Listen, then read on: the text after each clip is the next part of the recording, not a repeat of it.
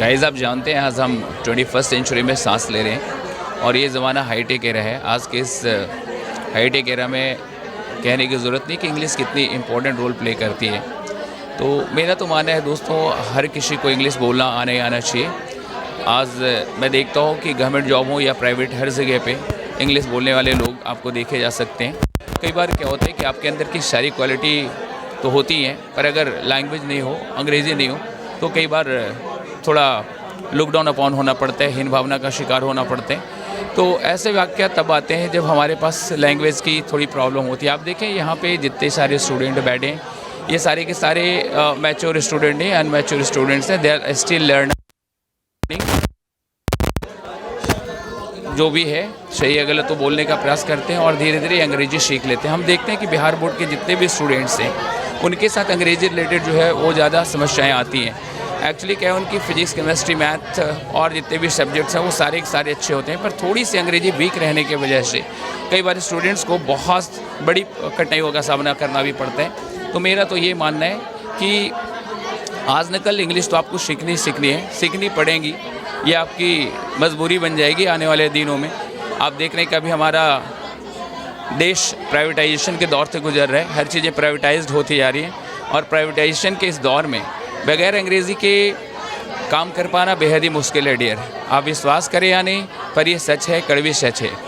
अगर आप टाइम से पहले अंग्रेज़ी सीखते हैं तो अंग्रेज़ी टाइम के हिसाब से ये मैच्योर भी होते हैं। आप जितनी लंबी आप जितनी लंबी टाइम देते हैं इसको प्रैक्टिस करने में, उतनी ही बेहतर आपकी अंग्रेज़ी होती है। तो मेरा ख्याल आता है कि दोस्तों, आप सोचें नहीं, इंग्लिश सीखने में बहुत ज़्यादा पैसे नहीं लगते, ठीक है, और ना ही ज़्यादा समय लगता है। आपको 2 घंटों का वक्त हर दिन देना होता है। 6 महीनों की कोर्स होती है और हम लोग 3 महीने की कोर्स भी प्रोवाइड करते हैं। तो आप 3 महीने या 6 महीने अपने सुविधा हिसाब से इतना टाइम तो भाई दे ही सकते हैं। हिंदी बोलना सीखने के लिए हम लोग बहुत लंबा टाइम दें, पर इंग्लिश बोलना सीखने के लिए 3 से 6 महीने काफ़ी तो नहीं कह सकते कि काफ़ी होंगे, पर इतना तय है कि आप इंग्लिश में कम्युनिकेट कर सकते हैं लोगों के साथ। कम्युनिकेशन बेहद ज़रूरी है। बिना कम्युनिकेशन के आज हर जगह पे आपको सोचना पड़ेगा। आप इंटरव्यू की ही बात कर लें। इंटरव्यू पता है दोस्तों कब होती है? जब आपका सारा स्टेज क्लियर हो चुका है, आप रिटर्न निकाल चुके होते हैं, लास्ट स्टेज में जब पड़े होते हैं, वहाँ पे इंटरव्यू फेस करना होता है। इंटरव्यू में आपको इतना ज़्यादा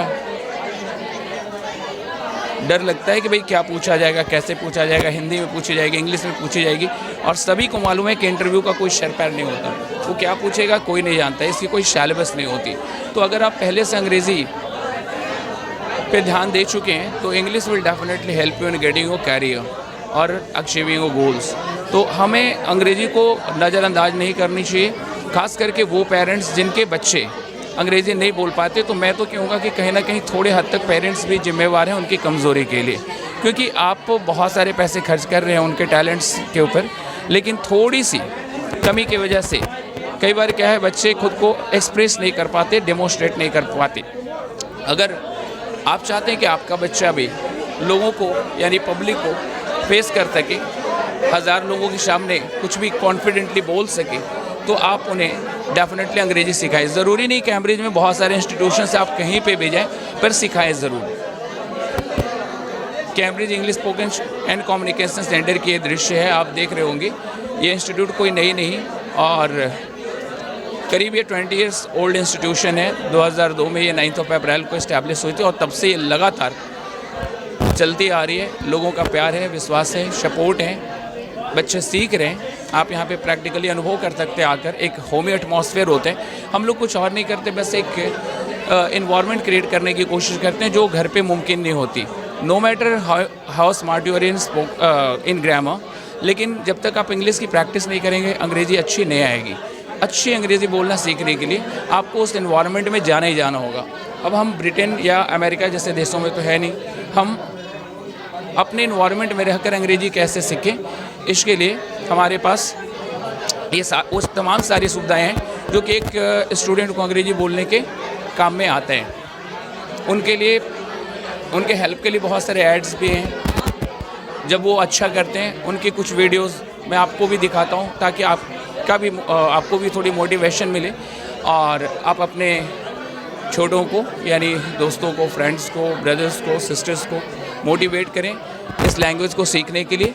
देखिए आप नहीं भी सीखेंगे तो ऐसा नहीं कि किसी की लाइफ कट नहीं सकती बगैर अंग्रेजी के, डेफिनेटली कट सकती है डियर, लेकिन अंग्रेज़ी अपने आप में एक यूनिक चीज़ है। बगैर इसे सीखे हुए कुछ विशेष नहीं कर सकते हम अपनी लाइफ में।